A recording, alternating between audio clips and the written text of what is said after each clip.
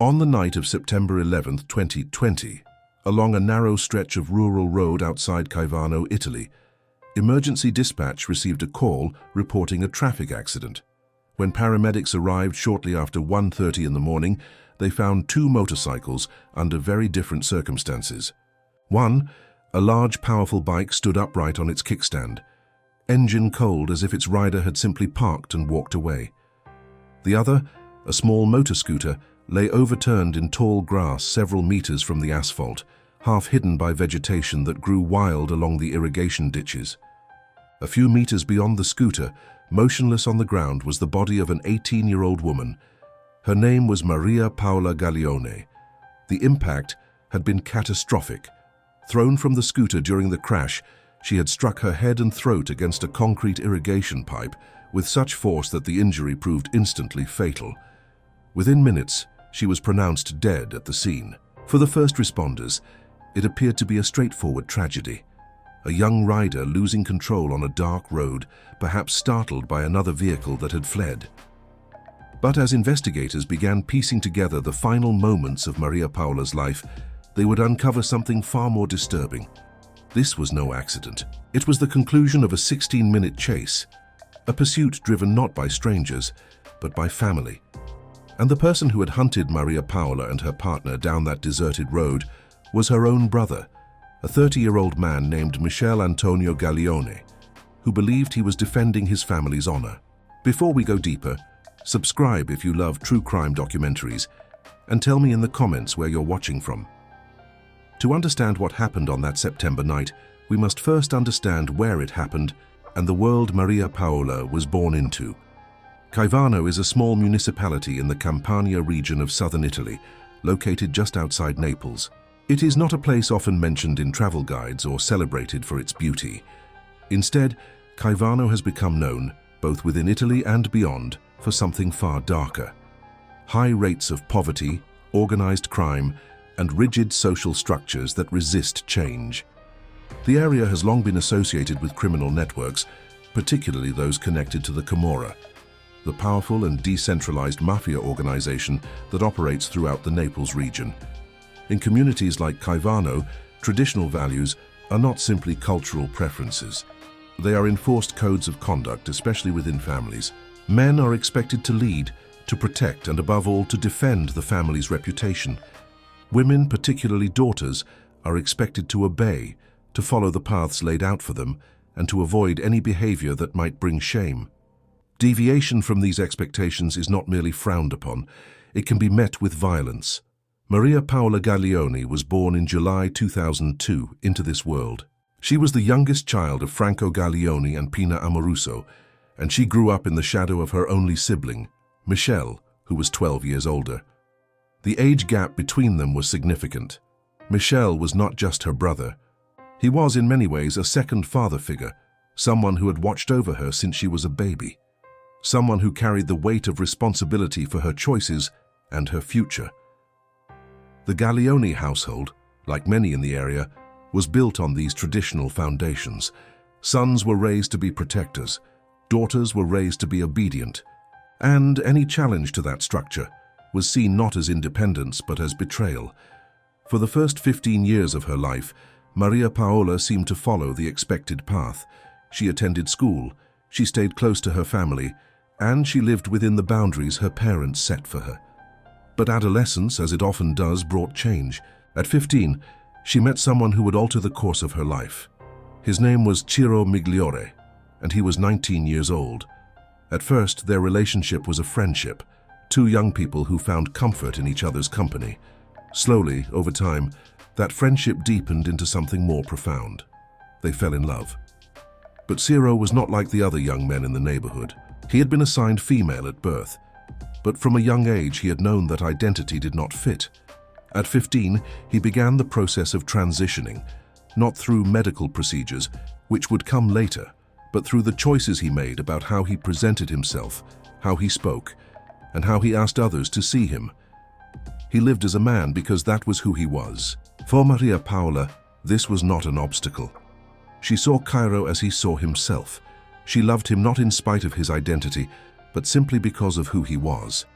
She supported him through the difficult and often dangerous journey of living openly as a transgender man in a place where such openness could provoke hostility, violence, and worse. But while Maria Paula and Ciro found safety and understanding in each other, the world outside their relationship was far less kind. For Maria Paula's family, the idea that she was in love with someone like Ciro was not just unconventional, it was unacceptable. It was in their eyes a disgrace. Her parents disapproved. Her brother disapproved even more strongly. The reasons they gave varied. Some in the family claimed it was not about Ciro's gender identity, but about his lifestyle, his lack of steady employment, his involvement with people they did not trust. Others made no attempt to hide their real feelings. To them, Ciro and Maria Paula were not a man and a woman in love. They were, as some relatives reportedly said, two women, and such a relationship was forbidden. Faced with this rejection and the constant pressure that came with it, the couple made a painful decision. They would hide their relationship. For nearly 3 years, from the time Maria Paula was 15 until she turned 18, they carried on in secret. They met in private. They avoided being seen together in public. They lived with the constant fear that someone would discover the truth, and that discovery would bring consequences they could not predict. During those 3 years, their bond only grew stronger. They shared dreams of a future where they would not have to hide, where they could live openly, perhaps even move away from Caivano to a place where their love would not be seen as something shameful. But dreams require courage to become reality, and for a long time Maria Paula lacked the power to act on hers. That changed when she turned 18. In Italy, 18 is the age of legal adulthood, the moment when a person is no longer bound by parental authority in the same way. For Maria Paula, it represented a threshold, a chance to finally take control of her own life. She made a decision that her family would see as unforgivable. She abandoned her parents' plans for her future. She stopped attending school, and she left home to be with Cairo. According to reports, the young couple took refuge in the home of one of Cairo's relatives, a small apartment located about 6 miles from Caivano. It was not far, not nearly far enough to escape the reach of Maria Paula's family, but it was enough to give them a fragile sense of independence. They had no money of their own. They had no jobs, no home they could call theirs. But for 23 days they lived together, holding on to the belief that love in itself might be enough. Meanwhile, Maria Paula's parents heard nothing from her. Days turned into a week turned into 2. And then on the night between September 11th and 12th, 2020, everything came to an end. The sequence of events that night has been reconstructed through multiple sources: witness testimony, forensic analysis, security camera footage, and statements given by Michel Gaglione himself during police interrogation. What emerges is a picture not of an accident, but of a deliberate pursuit. On the evening of September 11th, Maria Paula and Ciro left the apartment where they had been staying and set out on Ciro's motor scooter, heading back along the roads they had traveled many times before. It is unclear whether they were going somewhere specific or simply riding, as young couples often do, to spend time together away from the world. What is clear is that Michel Gaglione knew where they would be. He had been watching, he had been waiting, and when he saw them pass, he started his motorcycle and began to follow. Michel was not riding a scooter like the one Ciro drove. He was on a much larger, more powerful motorcycle, the kind built for speed and control. He closed the distance quickly. At first, he followed from behind, staying just close enough to let them know he was there. Then he began to swerve, cutting in front of them, forcing them to slow down, trying to make them stop. Cairo, seated in front, gripped the handlebars and tried to maintain control. Maria Paula, seated behind him, held on tightly. Witnesses who saw portions of the chase later described the two motorcycles racing dangerously close together, the larger bike repeatedly cutting across the scooter's path. Security cameras along the route captured fragments of the pursuit, images of two vehicles moving at high speed through the darkness, one trying to escape, the other determined to stop it. For 16 minutes, the chase continued. 16 minutes of fear, of Maria Paula shouting at her brother to stop, begging him to realize what he was doing, pleading with him to understand that his actions were putting their lives at risk. But Michel did not stop. He pressed forward, blinded by rage, convinced, as he would later say, that he was trying to save his sister, to bring her back home, to protect her from a life he believed would destroy her. At some point during the pursuit, Michel began using his foot, kicking out at the scooter as they raced side by side. He did not do this once. He did it multiple times, each kick more violent than the last, each one bringing them closer to disaster. And then, on a sharp curve in the road, he delivered one final kick from the left side. In an instant, Cairo lost control. The scooter skidded toward the edge of the asphalt, flipping into the tall grass that grew along the irrigation ditch. Cairo hit the ground hard. His left arm fractured on impact, but he managed to stand. Maria Paula was not as fortunate. She was thrown from the scooter with such force that she struck her head and her throat against a concrete irrigation pipe. The impact was catastrophic. At just 18 years old, her life ended there, on the side of a rural road, while her brother stood nearby. What happened in the moments immediately after the crash is almost as disturbing as the crash itself. As Cairo struggled to his feet, dazed and in pain, Michel caught up to him. Forensic evidence and witness statements would later confirm what came next. Michel did not stop to check on his sister. He did not call for help. Instead, he lunged at Cairo, unleashing a torrent of punches and kicks, attacking him with a fury that investigators would later describe as uncontrollable. Bruises found on Cairo's body matched perfectly with the tread pattern of Michel's motorcycle boots, physical proof that confirmed his testimony. All the while, Maria Paula lay motionless just a few meters away, her body already growing cold in the night air. It was only when Michel finally turned and saw that his sister was not moving, that she was not breathing, that he stopped his assault. In shock, he pulled out his phone and called his parents. Then he called emergency services. Terrified for his own safety, Cairo ran. He stumbled toward a nearby apartment complex, pressing the intercom buttons frantically, begging anyone who would listen to help him. A resident answered, opened the door, and immediately contacted the authorities. Within minutes, Cairo was taken to a local medical center, where doctors treated his fractured arm and other injuries. But his physical wounds, as severe as they were nothing compared to the emotional devastation he now faced. The woman he loved was dead, killed by her own brother, and Cairo had been powerless to stop it. When police arrived at the scene and began their initial assessment, they believed they were dealing with a traffic accident. A young woman had lost control of her scooter and crashed. Perhaps another vehicle had been involved, perhaps not. But as they spoke with witnesses, examined the scene, and reviewed footage from nearby security cameras, a different story began to emerge. This was not an accident. It was the result of a chase, a violent pursuit that had ended in tragedy. And the person responsible was not a stranger. It was Maria Paola's own brother. Michel Antonio Gaglione was arrested within hours. He was 30 years old, married, and a father himself. When police brought him in for questioning, he did not deny being there. He admitted he had followed his sister. He admitted he had tried to stop the scooter. He even admitted that after the crash he had attacked Cairo, but he denied intending to kill anyone. His explanation, repeated multiple times during interrogation, was that he had only wanted to bring his sister home, to protect her, to teach her a lesson. He insisted that Maria Paula had always been, in his words, normal, and that it was Cairo who had corrupted her, who had led her astray. He blamed Cairo for everything, and yet, even as he tried to minimize his own role, he could not escape the evidence. Forensic experts examined Cairo's injuries and found bruises and marks that matched the tread of Michel's boots. Witnesses came forward and described the chase. Security footage showed the two motorcycles racing dangerously close together.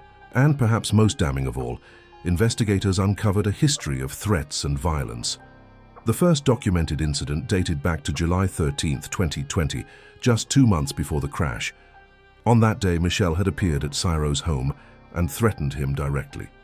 According to testimony, he told Cairo that if he did not stay away from Maria Paula, he would cut off his head and kill him. Terrified, Cairo never reported the threat to police, but he remembered it. And now investigators were forced to confront an uncomfortable truth. This was not a spontaneous act of anger. Michel had been escalating for months. The violence had been building. And Maria Paula and Cairo had been living in fear long before that September night. As the investigation deepened, other details came to light. Reports suggested that some members of the Gaglione family were connected to criminal networks operating in the region, individuals linked to organized crime in Caivano and the surrounding areas. These connections cast an even darker shadow over the case, raising questions about the family's influence and whether that influence had played any role in the events leading up to Maria Paola's death. At first, Michel was charged with personal injury and causing death as a result of another crime. But as the evidence mounted, the charges escalated. He was now accused of manslaughter and aggravated private violence. Prosecutors also considered adding an aggravating factor, homophobia. The argument was that Michel's actions had been motivated, at least in part, by his refusal to accept that his sister was in love with a transgender man, that his violence had been driven not just by a desire to control her, but by hatred for what she represented. In the days following the crash, the story of Maria Paola and Ciro spread rapidly across Italy. It resonated with people who saw in their tragedy a modern-day echo of Romeo and Juliet, two young people whose love had been crushed by the hatred and intolerance of the world around them. Social media filled with tributes. Thousands of people who had never met Maria Paola or Ciro shared their photos, lit candles, left flowers at the site of the crash. Activists in the LGBTQ community held vigils and demonstrations, demanding justice and calling for stronger protections against hate crimes. The case became a rallying point, a symbol of the violence that still exists in many parts of Italy, particularly in regions where traditional values are enforced with brutality rather than dialogue. But the public mourning was accompanied by something else: anger. Many people rejected the Gaglione family's attempt to frame the incident as a simple accident or a family dispute gone wrong. To them, the truth was clear. This was not an accident. It was an act of violence driven by hatred, by intolerance, and by a refusal to accept difference. The case also reignited a national debate about legislation that had been stalled in the Italian parliament for years. The Zan Bill, a proposed law intended to address hate crimes and guarantee protections for transgender and homosexual individuals, had been languishing in committee, blocked by political opposition and cultural resistance. Now, in the wake of Maria Paola's death, activists and lawmakers pushed for the bill to move forward, arguing that her story demonstrated exactly why such protections were necessary. But even as the public demanded justice, the legal process moved slowly, methodically, as it always does. Michel Gaglione remained in pre-trial detention while prosecutors built their case. And Ciro, still recovering from his injuries, faced the painful reality that he would never see Maria Paola again. Shortly after the crash, Ciro spoke to the press from his hospital bed, still in a wheelchair, his arm in a cast. His words were both heartbreaking and defiant. He said that despite everything, despite the unbearable loss of Maria Paola, they had already won in some way, because they had lived their love freely, even if only for a short time. He spoke about their relationship, about the way her family had rejected them, about the cruel words he had overheard from relatives who said they would rather see their daughter dead than in love with someone like him.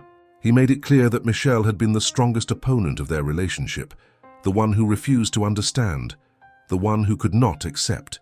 And yet, even in his grief, Ciro held on to the belief that their love had meant something, that it had mattered. Meanwhile, Maria Paola's parents chose a different path. They avoided speaking directly to the media, turning instead to their local parish priest and their lawyers to communicate on their behalf. From the beginning, they clung to the version that it had all been an accident, that their son had merely tried to bring his sister home, not to kill her. They published an open letter in which they explained their decision to remain silent, saying it was their way of mourning her with dignity and love. The Gaglione family argued that their disapproval of the relationship was not about Maria Paola's sexual orientation. According to them, their only concern was that she was with someone they did not consider trustworthy. They pointed to Ciro as a negative influence, a young man they claimed was involved in trouble, without steady work, living off his wits. And yet, even in their defense of their son, they admitted that only time would tell whether their fears had been justified. In stark contrast, Ciro's mother, Rosa, spoke out publicly with anger and grief. To her there was no doubt. Michel had acted with full awareness of what he was doing, driven by his inability to accept that his sister had fallen in love with a transgender man. Rosa accused the Gaglione family of setting a cruel trap for the young couple, of pretending to want peace only to lure them back into danger. In her grief, she did not hold back. She accused Maria Paola's mother of being the true instigator, claiming that she had threatened both young people and had repeatedly referred to Cairo and Maria Paola in a derogatory way, using female terms to deny Ciro's identity. On September 15, 2020, just days after the crash, the town of Caivano gathered to say farewell to Maria Paola. The church service was filled with applause, white balloons rising into the sky and doves released in her memory. Through their lawyer, the Gaglione family extended an invitation to the entire LGBTQ community to attend the funeral, a gesture that many saw as a belated attempt at reconciliation. Yet despite this public gesture, they refused to allow Cairo, her partner, the person she had chosen, to say goodbye to the young woman he loved. That same day, still recovering in the hospital, Cairo turned to social media. He shared a message heavy with grief and love, remembering that the day also marked what would have been his 3rd anniversary with Maria Paola. His words carried the pain of loss, but also the pride of a love that in his eyes had triumphed against the odds, if only for a fleeting time. On Thursday, September 17th, just days after the crash, Michel broke his silence from behind bars. From his prison cell, he wrote a letter that quickly spread across Italian media. In it, he confessed that he felt as if a part of his heart had been torn away by the loss of his younger sister, whom he had always regarded almost like a daughter, especially since their father had not been present throughout her upbringing. Michel claimed that he never meant for any of this to happen, that he could never forgive himself for the tragedy of that night. But within the same pages, he shifted his story once again. This time, he painted Cairo in a darker light, describing him as someone involved with unreliable people and dangerous circles. It was a subtle but clear attempt to redirect blame, to suggest that if Cairo had not been in Maria Paola's life, none of this would have happened. As the investigation continued and Michel awaited trial, the public debate over the case intensified. The Italian parliament found itself under renewed pressure to move forward with the Zan bill, but the legislation remained stalled, blocked by conservative opposition and concerns about religious freedom.